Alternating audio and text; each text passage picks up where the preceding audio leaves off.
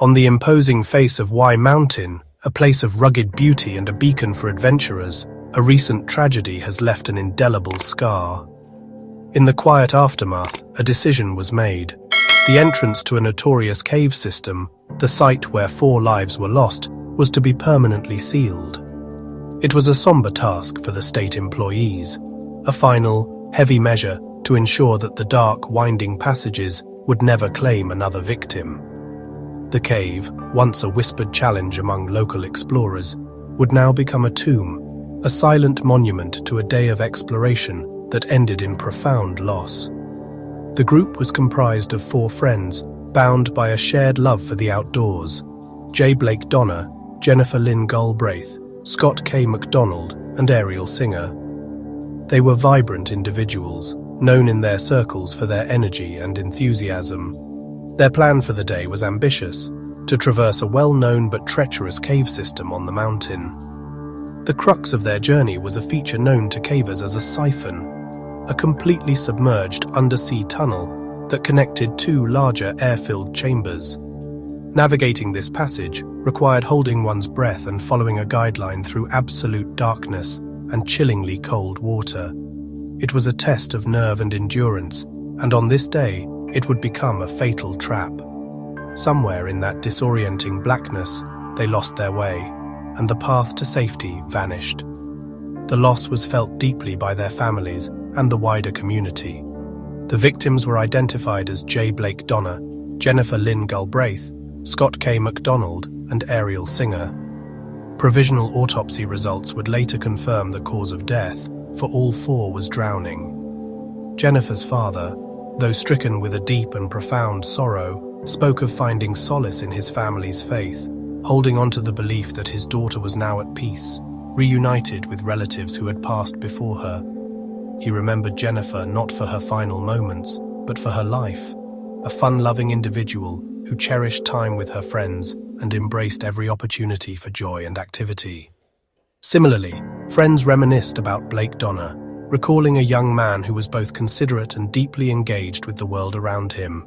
He was active in creative pursuits and known for his selfless participation in charitable activities, always willing to lend a hand. Scott MacDonald and Ariel Singer were remembered by those who knew them as kindred spirits, drawn to the thrill of exploration and the beauty of the natural world. They were a group united in adventure, now forever linked by tragedy. The tragic chain of events began in the pre-dawn hours. The group was accompanied to the trailhead by a 5th friend, Joseph Ferguson. They started their trek at 3 in the morning, a time chosen to maximize their day.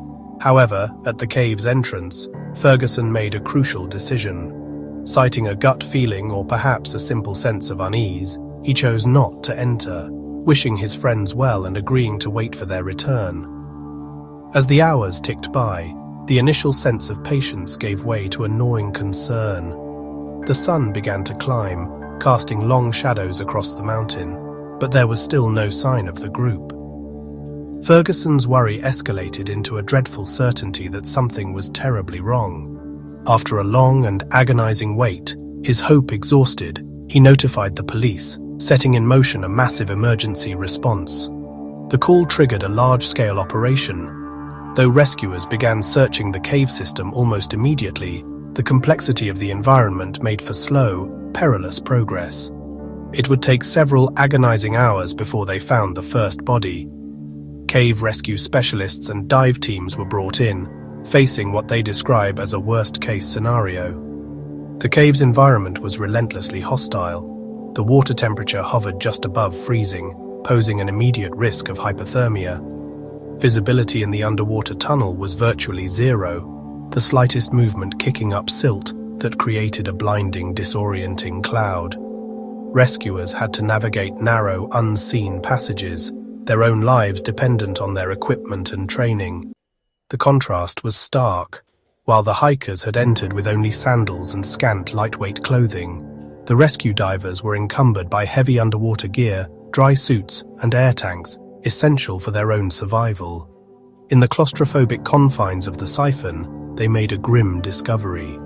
It is believed that one of the victims, having succumbed to the cold and lack of air, inadvertently blocked the narrow escape route, tragically preventing the others from being able to pass.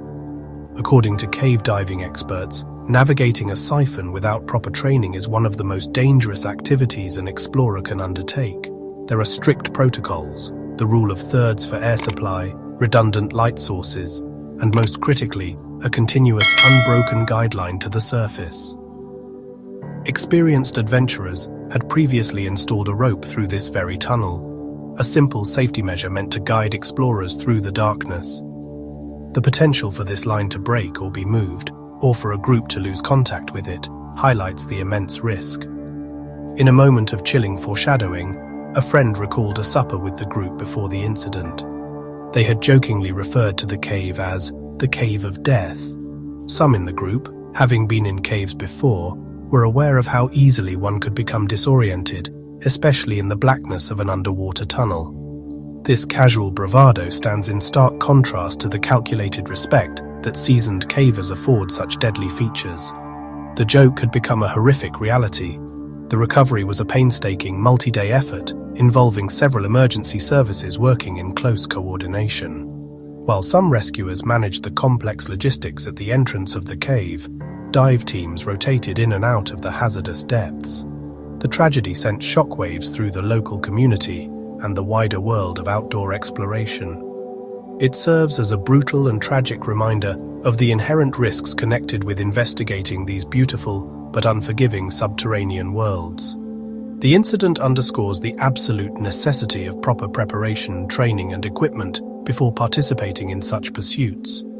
The sealed entrance of the cave on Y Mountain now stands as a permanent warning, a silent testament to the 4 lives cut short, and a somber lesson on the fine line between adventure and tragedy.